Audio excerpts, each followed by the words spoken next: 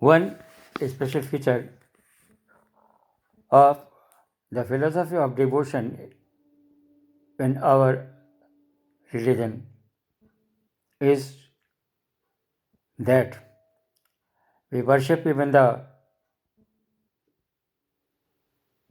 enemy of the Lord. Maybe may it be the incarnation of Ram or Krishna. Because as soon as we think about Krishna, the Kans comes in front of us. His name appears. In the case of Ram, it is inevitably the image of Ravan that comes in front of us. Because one is the combining link that Ravan was a great devotee of Lord Shiva and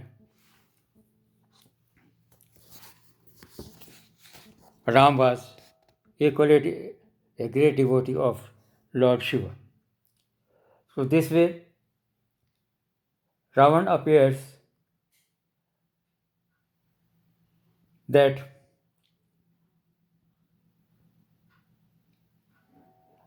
some or somehow or the other,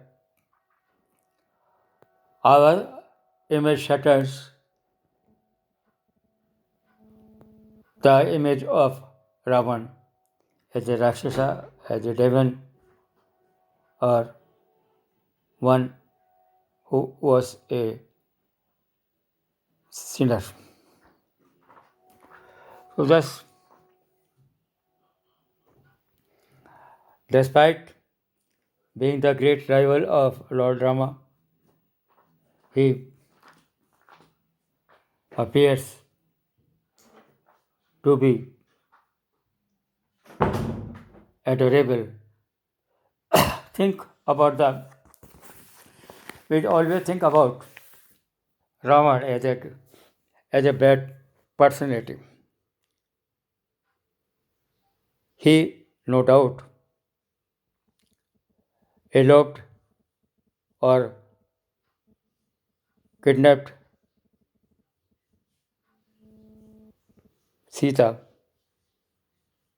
but we cannot say that he has any voluptuous thinking that time. He was not a rapist. He was not a gangster. His his Prada or his people were very happy. That is how symbolically it is said that that Lanka was built of gold. So, as we say that once upon a time, India was a golden bird.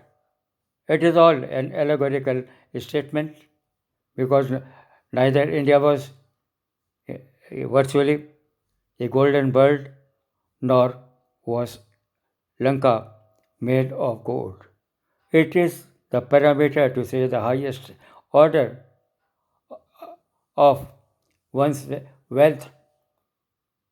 So we may say that both Lanka and India were very, very wealthy, very, very rich at the time.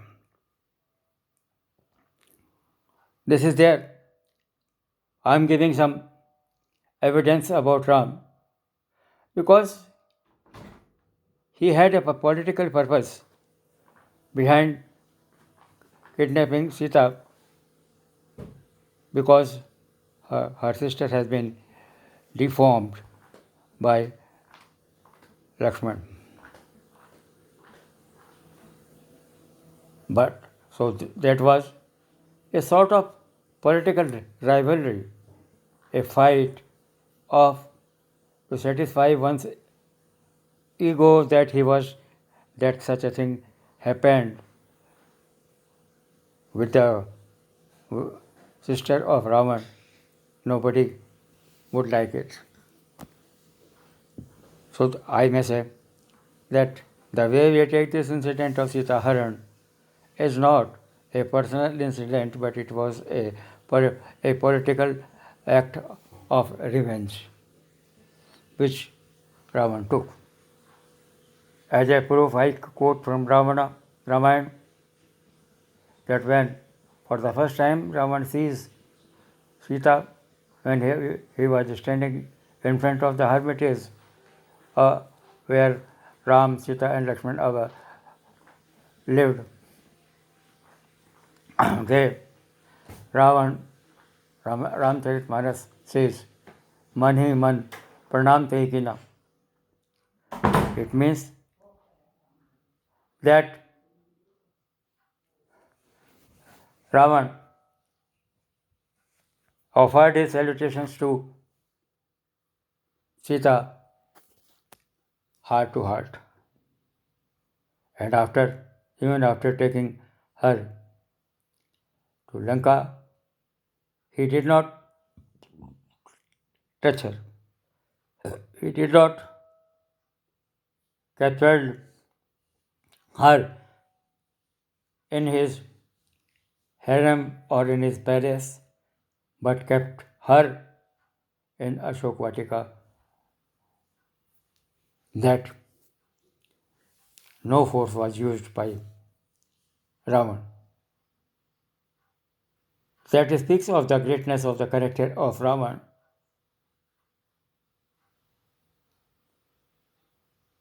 that no force was used by him. So, I now, on this occasion of Mahashivratri, before conveying my greetings, good wishes, and blessings to all, I, I am going to present before you one famous hymn dedicated to Lord Shiva, that is Shiva Tandav Stotra. That stotra was composed by Ravan, and it is a stotra which creates a feeling of devotion.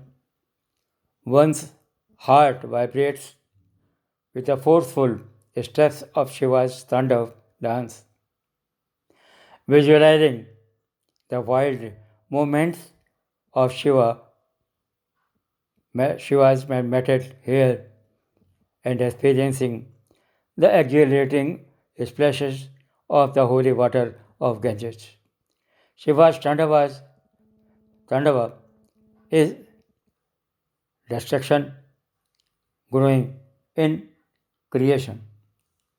As I have quoted in my preface, that old order, I quoted Tennyson, who old order changeth, yielding place to new. That is, the new order comes into existence only after destruction of the old one. This is also a demand of nature. The thing should not be static, it should have dynamism. The hollow behind the murti of Nataraj is circular.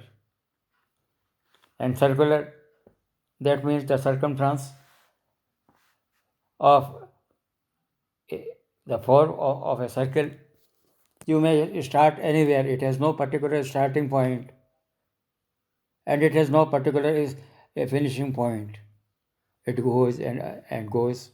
It is the cycle of time that keeps on moving and moving, and we are all trapped in, for changes, for a betterment, for an evolution in the flowing continuum of this time. So once again, I offer my felicitations. Next video, I will present.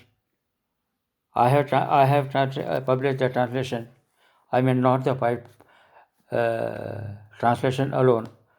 Although Shivtanda Vistotram in Sanskrit is quite difficult, despite that, due to the mercy of Lord Shiva and also the blessings of my gurus, I could give a poetic translation of Shiva Tandav in Hindi and English both. I am just giving a sample of this the translation. For, at this time, I am giving only the first verse, the first shloka of Shiva Tandav Stotra. I cite in Sanskrit first, then in Hindi, and then in English. जटाटवी गलज्जलप्रवाहपावितस्थले गले विलम्बलम्बितां भुजङ्गतुङ्गमालिकां डमड्डमड्डमड्डमन्निनादवड्डमर्वयं चकारचण्डताण्डवं तनोतु न शिवे शिवम्. Hindi version. जटाटवी से निकले गंगा जल से पावित ग्रीवा पर मणिधारी सर्पों को की लटका लंबी माला को शंकर डम डम डमरू के निनाद से गुंजित सब दिग्मंडल कर किया चंड तांडव जिस शिव ने वह हो हमको मंगल कर. English. The neck of Lord is sanctified by holy water of Ganga, which gushes out from the jungle of matted locks of head on head, and that remains ever adorned with long garlands of serpents. Thou dancest on the rhythmic sound, O dum dum dum of dum dum dum of Damru. So, wait, please give your comments in case you like it.